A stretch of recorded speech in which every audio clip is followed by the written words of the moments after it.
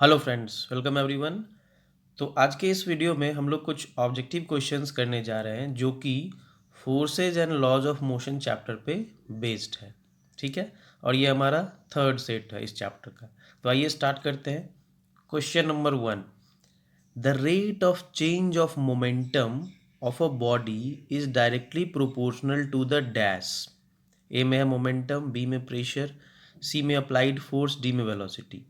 तो इस क्वेश्चन को करने से पहले ये समझते हैं कि मोमेंटम क्या होता है, चेंज इन मोमेंटम क्या होता है, rate of change of momentum क्या होता है। ठीक है, तो मैं आपको एक एग्जांपल से स्टार्ट करूँगा। ठीक है, तो मैंने क्या किया है, मैंने एक बॉल लिया है और एक स्टोन लिया है।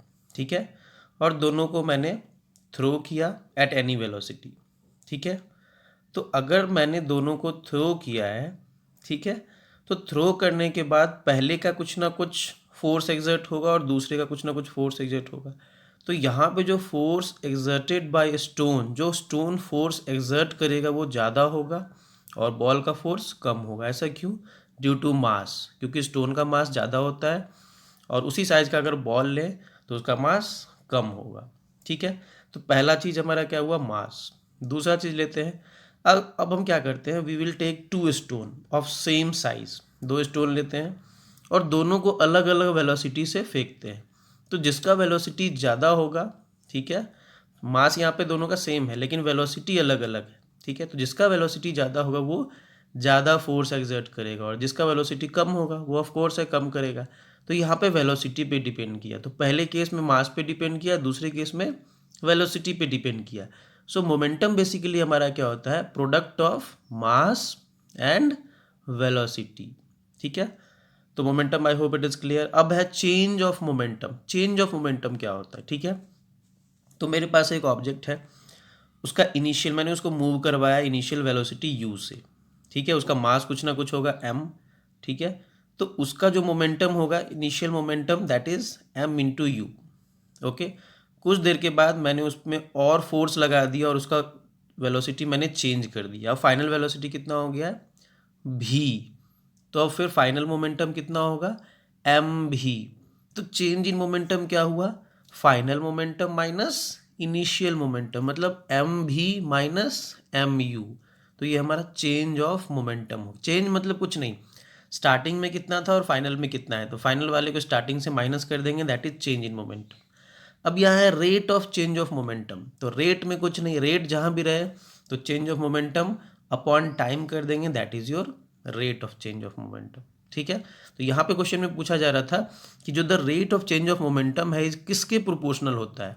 तो अभी हमने देखा, पहले केस में भी फोर्स एग्जर्ट हम लोग देख रहे थे, मास पे डिपेंड कर रहा था। दूसरे केस में फोर्स एग्जर्ट वेलोसिटी पे डिपेंड कर रहा था। इट मीन्स फोर्स पे डिपेंड करता है, कहने का मतलब अप्लाइड फोर्स।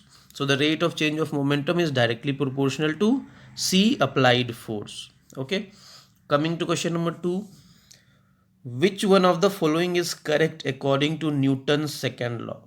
तो अभी जो मैंने आपको बताया कि rate of change of momentum is directly proportional to applied force, उसी से हमारा न्यूटन्स सेकेंड लॉ डिराइव होता है। ठीक है, और अभी यहाँ पे फर्स्ट में आप देख रहे हो F is equal to M a, मतलब जो अप्लाइड फोर्स होगा F that is equal to mass into acceleration. तो यही हमारा होता है न्यूटन्स सेकेंड लॉ। ठीक है, अब बी को देखो आप ध्यान से, यहाँ पे आप देख के ए में टिक लगा दोगे कि F is equal to M A, but B को देखो, A is equal to F by M, acceleration is equal to force by mass. तो ये भी उसी फॉर्मूला से डिराइव हुआ है। ठीक है, सी में है m is equal to F by a, तो mass is equal to force by acceleration, ये भी ए फॉर्मूला से डिराइव हुआ है। तो यहाँ पे तीनों करेक्ट होंगे। ठीक है, so our answer will be D, all of the above.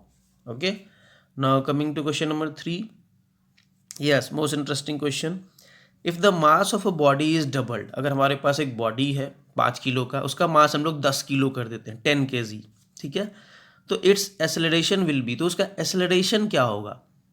ठीक है, सेम रहेगा।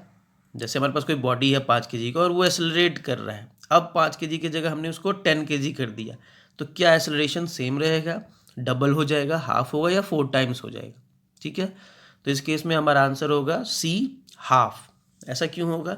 क्योंकि अभी हमने फॉर्मूला पढ़ा, force is equal to mass into acceleration, ठीक है। और उसी से हमने एक और फॉर्मूला डिराइव किया, ठीक है। तो यहाँ पे बेसिकली क्या हो रहा है, मास of a body is double, तो मास जो होता है वो एक्सेलरेशन से इन्वर्सली प्रोपोर्शनल होता है। इन्वर्सली कहने का मतलब कि अगर हम मास बढ़ाएंगे तो एक्सेलरेशन घटेगा। ऑफ कोर्स वाली बात है ना, अगर आपके बाइक पे 2 लोग बैठे हुए और आप एक्सेलरेट कर रहे हो, अब 3 लोग बैठ गए, अब एक्सेलरेट कर रहे हो तो एक्सेलरेशन कम होगा, राइट। सो यहाँ पे बेसिकली अगर मास डबल्ड हुआ तो एक्सेलरेशन आधा हो जाएगा, right. So our C is the correct answer. Coming to question number 4, 1 newton is equal to, yes हमें 1 न्यूटन का वैल्यू निकालना हो किसके इक्वल होता है, ठीक है। तो अभी हमने देखा force is equal to mass into acceleration. Newton किसका यूनिट है, फोर्स का। अब हम लोग डिराइव करते हैं डायरेक्टली। अब अगर आपको कुछ नहीं आता you can directly derive from formula. कैसे, फोर्स का न्यूटन हो गया, इज इक्वल टू क्या था, मास। मास का यूनिट क्या होता है, केजी। तो यहाँ पे केजी सर्च करो, यस केजी सभी में है, ओके। इनटू एक्सेलरेशन, एक्सेलरेशन का यूनिट क्या होता है, मीटर पर सेकेंड स्क्वायर, ठीक है। तो केजी है, मास इंटू एक्सेलरेशन होता है तो KG into metre per second square, ठीक है। तो बी ऑप्शन तो गया, सी भी गया, अब बचा ए और D. KG metre per second square है डी में भी, और KG metre per second square ए में भी। अब वहाँ पे 10 है, यहाँ पे 1 है, तो अगर 1 न्यूटन फोर्स लग रहा है तो वो तो 1 के बराबर ही होगा, right. So our answer will be A 1 kg mass का unit, metre per second square acceleration का unit. So 1 kg metre per second square is equal to 1 newton. चलते हैं क्वेश्चन नंबर 5 में। How much weight can exert 1 newton of force, yes ये सोचने वाली question है। हम लोग बहुत बार सोचते हैं कि 1 न्यूटन फोर्स लग रहा है किसी बॉडी पे, 10 न्यूटन लग रहा है, 5 न्यूटन लग रहा है ना। What do you mean by 1 Newton. अगर हम किसी चीज़ पे 1 न्यूटन फोर्स लगा रहे हैं तो कितने केजी या ग्राम के बराबर हम फोर्स लगा रहे हैं, ठीक है। दिस इज आवर क्वेश्चन, ठीक है। तो बेसिकली इसका आंसर होगा D 100 gram. 100 gram mean to say कि अगर आप किसी बॉडी पे 1 न्यूटन का फोर्स लगा रहे हो, it means you are putting 100 gram weight on that, ठीक है। अगर आप अपने पाम पे 1 न्यूटन का फोर्स लगा रहे हो, ठीक है, इसका मतलब आपके पाम पे 100 ग्राम का कुछ ना कुछ ऑब्जेक्ट रखा हुआ है और वो 100 ग्राम ग्रेविटी के कारण नीचे फोर्स लगा रहा है। So that is called 1 newton of force, okay. Coming to question number 6, which of the following are the applications of Newton second law of motion, yes.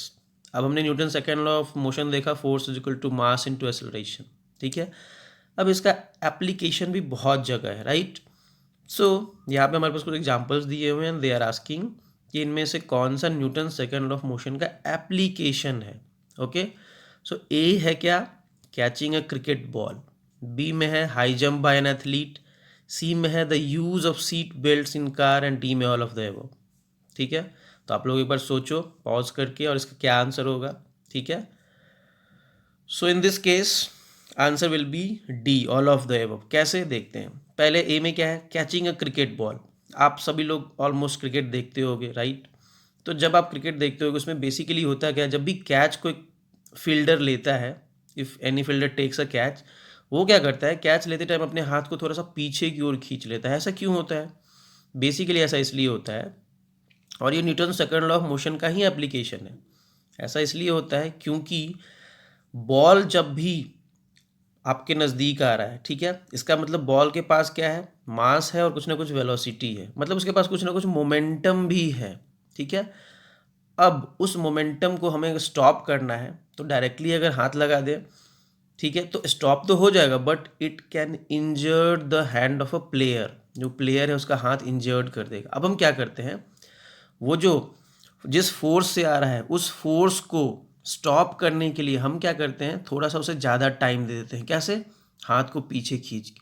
तो जैसे ही हम अपने हाथ को पीछे खींचते हैं उससे ज़्यादा टाइम मिल जाता है, ठीक है, स्टॉप होने के लिए, ताकि वो इम्पैक्ट जो हो वो कम हो और बॉल आसानी से हाथ में कैच हो जाए बिना किसी इंजरी के, राइट।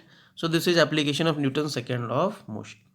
दूसरा क्या है, high jump by an athlete. Yes, आप लोग देखते हो जब भी एथलीट हाई जंप करता है तो आगे में या तो सैंड या तो क्यूशन रखा जाता है, ठीक है।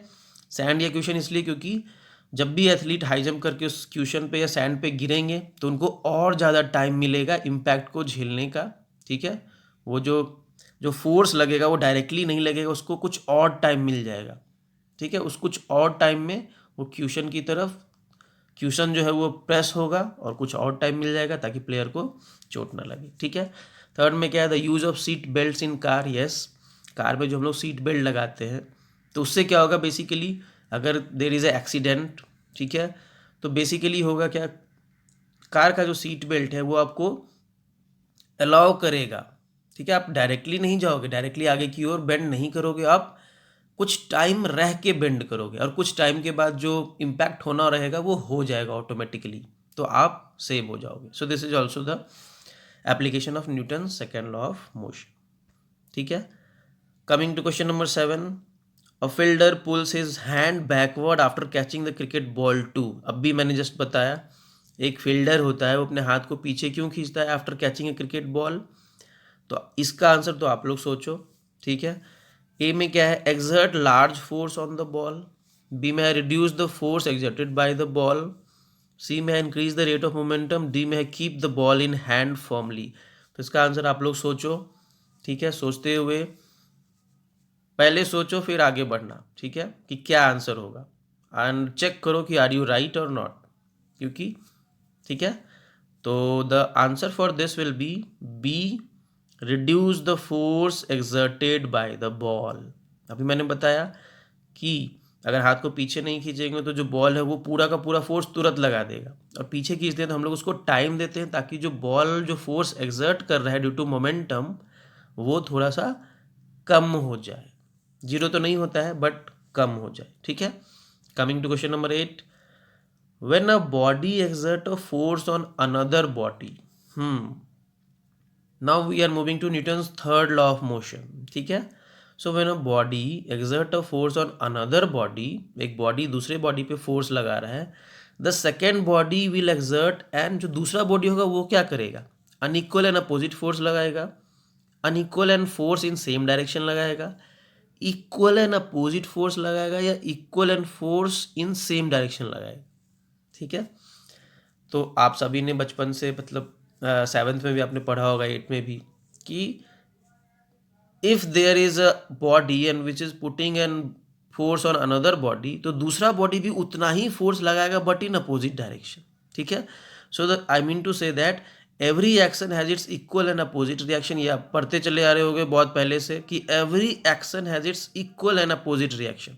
तो इस केस में भी वैसा ही होगा, अगर एक बॉडी दूसरे बॉडी पे फोर्स लगा रहा है तो दूसरे बॉडी भी पहले बॉडी पे उतना ही फोर्स लगाएगा but direction will be different. So हमारा आंसर क्या होगा, C, equal and opposite force. अब आपके दिमाग में क्वेश्चन में भी आया होगा या नहीं आया होगा पता नहीं, सपोज किसी ने किसी को थप्पड़ मारा, ओके, तो थप्पड़ अगर मारा तो वहाँ पे भी तो फोर्स लगा, राइट। तो जितना फोर्स किसी के गाल पे लगा होगा थप्पड़ मारने से उतना फोर्स उसके हाथ में भी लगना चाहिए, बट ऐसा तो होता नहीं है, क्योंकि चोट तो जिसके गाल पे लगा है उसको ज़्यादा लगता है। ऐसा क्यों होता है, इसके बारे में आप लोग सोचो। ऐसा इसलिए होता है कि जो चिक है, वो जो गाल है वो थोड़ा सॉफ्ट है और जो हाथ है वो थोड़ा हार्ड है, हैंड जो है वो हार्ड है, तो यहाँ पे जो नेचर हुआ दोनों ऑब्जेक्ट का वो सेम नहीं हुआ, राइट। तो इसलिए ऐसा होता है, बट आपके हाथ पे भी फोर्स उतना ही लगता है जितना गाल पे लगा, बट वो सॉफ्टनेस होने के कारण थोड़ा सा ज़्यादा पता चलता है और हैंड पे उतना पता नहीं चलता है, बट फोर्स इज इक्विवेलेंट, ठीक है, इक्वल फोर्स लगता है and opposite direction. Okay, coming to question number 9, does action and reaction produce equal acceleration. हाँ, ये इंपॉर्टेंट क्वेश्चन है। क्या एक्शन और रिएक्शन जो होता है, एक्शन रिएक्शन समझ गए होंगे, जैसे कि हमने कोई फोर्स लगाया दैट इज एक्शन, उसका कुछ ना कुछ रिएक्शन आया दैट, उसका कुछ ना कुछ रिप्लाई आया, कहने का मतलब अनदर साइड से, दैट इज रिएक्शन, ठीक है। तो क्या दोनों इक्वल एक्सेलरेशन प्रोड्यूस करते हैं, ठीक है, देखते हैं इसको। सो ए में है येस, बी में है नो, सी में है depends on mass of the body, D में है none of the above. Okay, तो इसका आंसर होगा D, depends on mass of the body. कैसे, मैं आपको बताता हूँ। सपोज मेरे पास एक गन है और उसमें मैंने एक बुलेट पुट किया, ठीक है। अब बुलेट का मास बहुत कम होता है, गन का मास बहुत ज़्यादा होता है। अब हमने फायरिंग किया, फायरिंग के बाद जो बुलेट है उसका एक्सेलरेशन बहुत ज़्यादा होगा, तभी तो बहुत ज़्यादा ट्रैवल करेगा और जाके हिट करेगा, राइट, जो टारगेट है। बट जो गन है, क्या वो भी उतना दूर जाएगा अपोजिट डायरेक्शन में? नो। गन जो है थोड़ा सा पीछे जर्क होगा, पीछे रिकॉइलिंग होगा, मतलब गन जो है थोड़ा सा पीछे आएगा, लेकिन बुलेट जो है बहुत आगे जाएगा। तो ऐसा क्यों हुआ? थोड़ा सा पीछे आया और बुलेट बहुत आगे गया, मतलब इसका मतलब एक्सेलरेशन हुआ दोनों बॉडी में, ठीक है।